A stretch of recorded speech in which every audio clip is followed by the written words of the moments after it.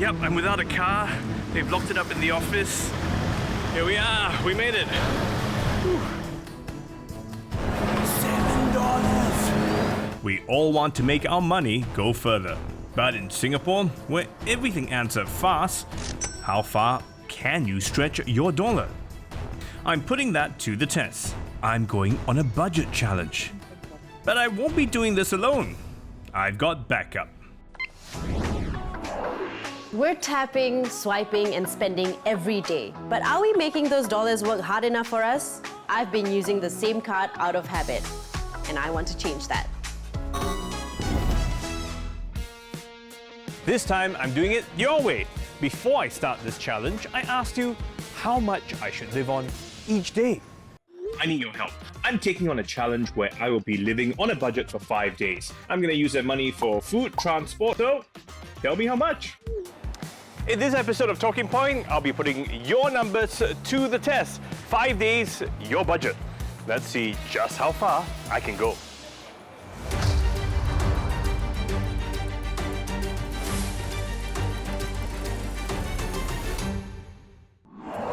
In a recent post-election survey by the Institute of Policy Studies, voters rated issues from 1, not important, to 5, very important. The mean score, the average of all responses for cost of living, rose steadily from 3.9 in 2006 and hit a high of 4.7 in 2025. Which is why I'm on a budget challenge to find ways to stretch our dollar. But first, what kind of a budget should I be on? Well, let's see what some of you have suggested. $5. Ooh, that's a bit tight. $10? Okay. $20? Yeah, pretty reasonable. What's this? Ooh, $50. Even including arcade games. Okay. And $100. Ooh, that's pretty generous. But really, what kind of a budget should I live on to make this challenge work?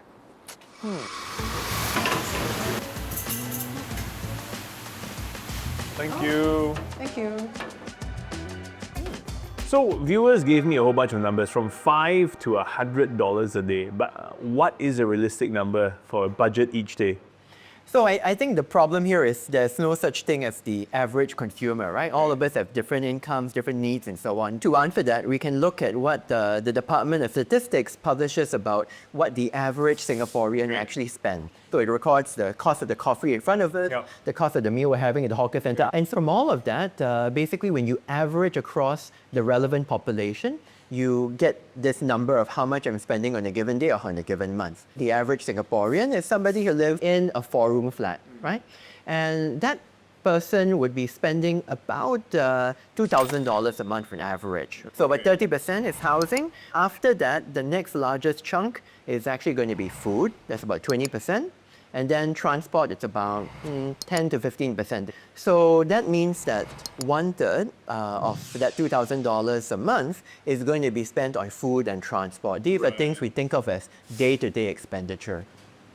So if you divide that over the number of days, something like $20, that's close to what basically the average household expenditure is, like per person. Of course, there are going to be many Singaporeans who get by much less than $20 a day. But there are also those among us who are, pretty fortunate, may have much higher incomes. We spend money much more without thinking about it so much. And I think for those Singaporeans, it's going to be a good idea for them to think a bit about how does the average Singaporean spend money. So, $20 it is. My challenge now is to see how far I can make it go. Okay, Steve, so to recap, $20 a day for the next 5 days. And next, no driving, only public transport. Now the food I can probably deal with, but there's one thing that I just can't give up.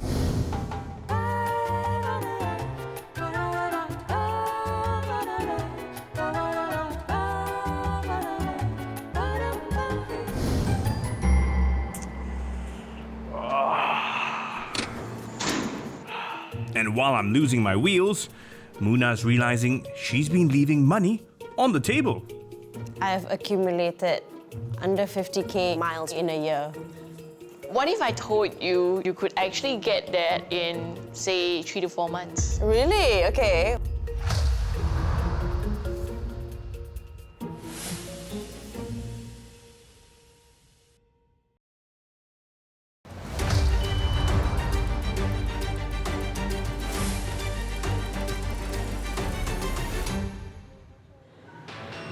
Chances are you've tapped your card on one of these before.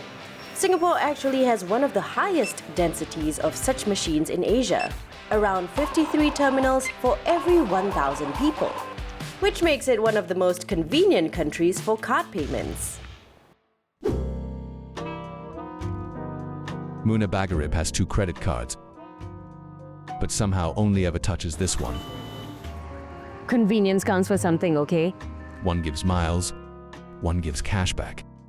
She doesn't give much thought to what she chooses. Well, as it pops through. Think swiping is all it takes. Think again.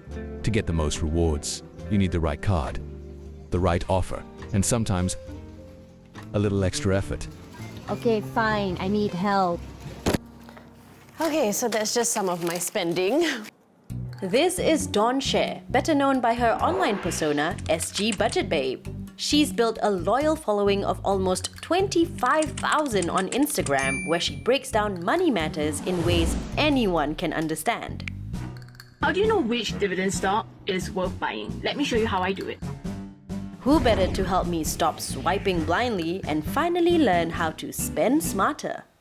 With so many options, how do I know which is the right card to use? Many people usually make the mistake of thinking there is the best credit card, but in reality, there's no such thing. In general, we can say there are 3 categories of credit cards. Okay.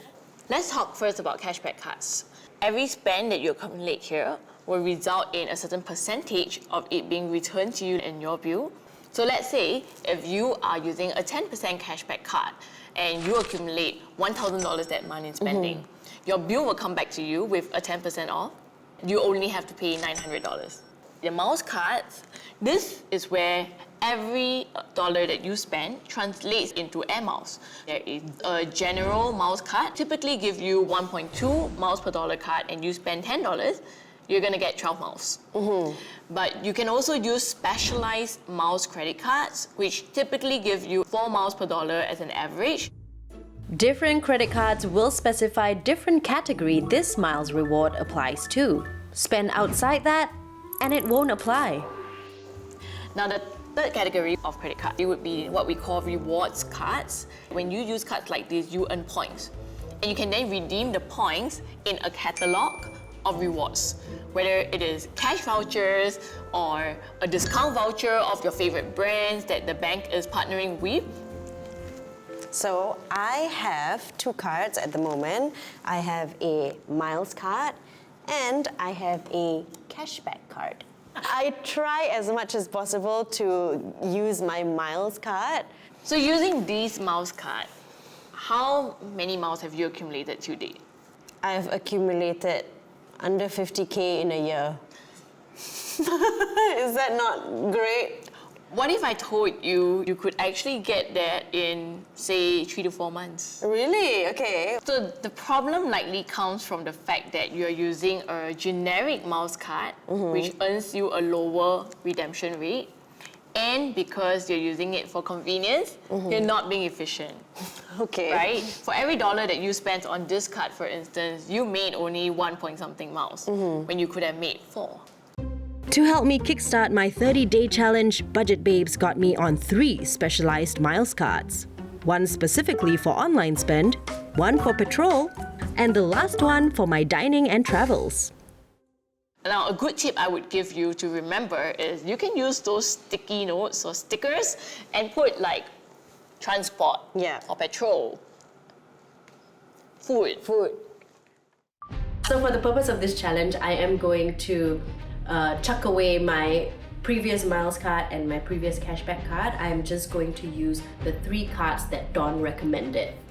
And hopefully, we will see the big difference in my miles game. It's time for lunch. Let's get out of the office, and I think we're gonna walk towards lunch, but oh, bummer. It's actually raining. Wouldn't it be nice if I had a car? Even the cheapest one is $5. What about Charles Q Pro Sport? $7. Definitely gonna best my budget.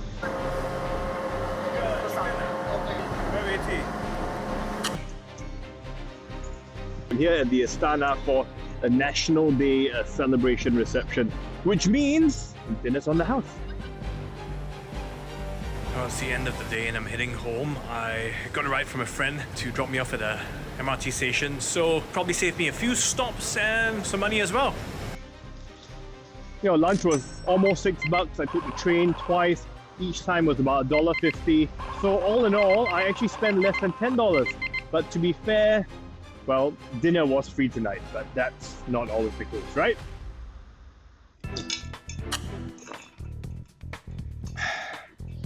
So I'm back home. It's about 9:30 p.m. Just thought I'd do a quick recap of how much I've spent today. Let's see. I started with lunch, which I bought on the way to work. That cost me $4.50. And then I took the MRT to work. That cost me $1.29. And then I had lunch in the office. Also bought some chips to snack on. Totally didn't need those chips, but it cost me $1.20. And then after work, I took the train to dinner. That cost me $1.77. For dinner, I had some chicken rice and char siu, which cost me $5.80, followed by a bean curd dessert, which cost me $2. And then I took the MRT home, so that cost me $1.89. So in total, I spent $18.45 out of my $20 budget. Wow, that left me with $1.55 to spare. That's cutting it pretty close.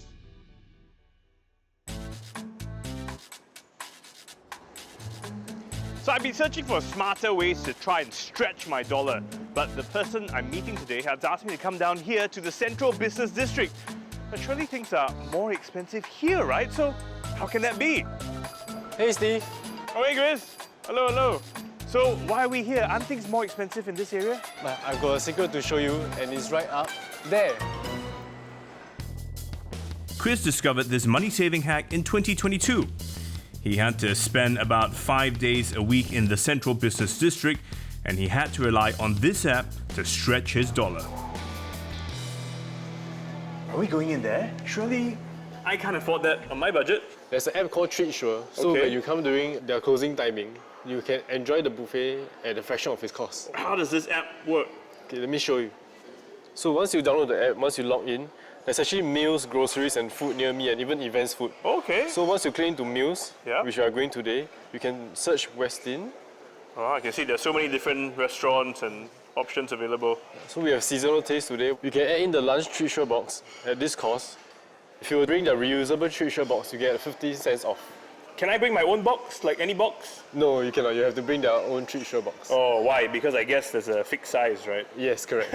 Okay. Yeah, that's Shall about we it. go give it a try? Yeah, let's go. Hotels and restaurants let Treat Sure users pack surplus buffet food 30 to 60 minutes before closing. Most boxes go for between $10 and $15. The catch? You have to pack it all into the box. Though not everything is up for grabs.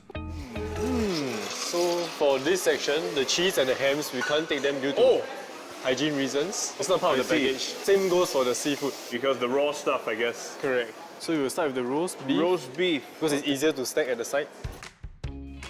To get the most out of his Treat Sure box, Chris has a system. We can actually feed some dessert. Let me show you over here. Okay, there you go. Wow, I can actually feel the weight of this box. I tell you, there's good stuff in here. Well worth the money. Whoa. So after which, you yeah? have to cover it up to make sure it actually fits. So as long as it fits. Okay. Can you finish everything in that box? No, usually I'll keep it to two meals. So it's my lunch and my dinner.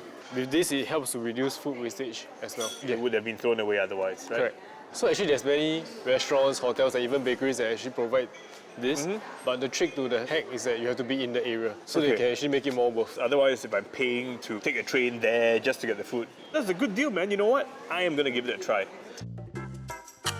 Okay, so we're here in front of the restaurant at Hyatt Hotel. Let me log into my app, book my slot, make payment. We're good to go.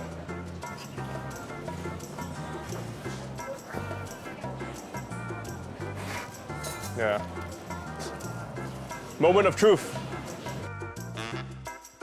As I'm out here snagging bargains, Munah is about to see the hidden consequences when you push the rules too far.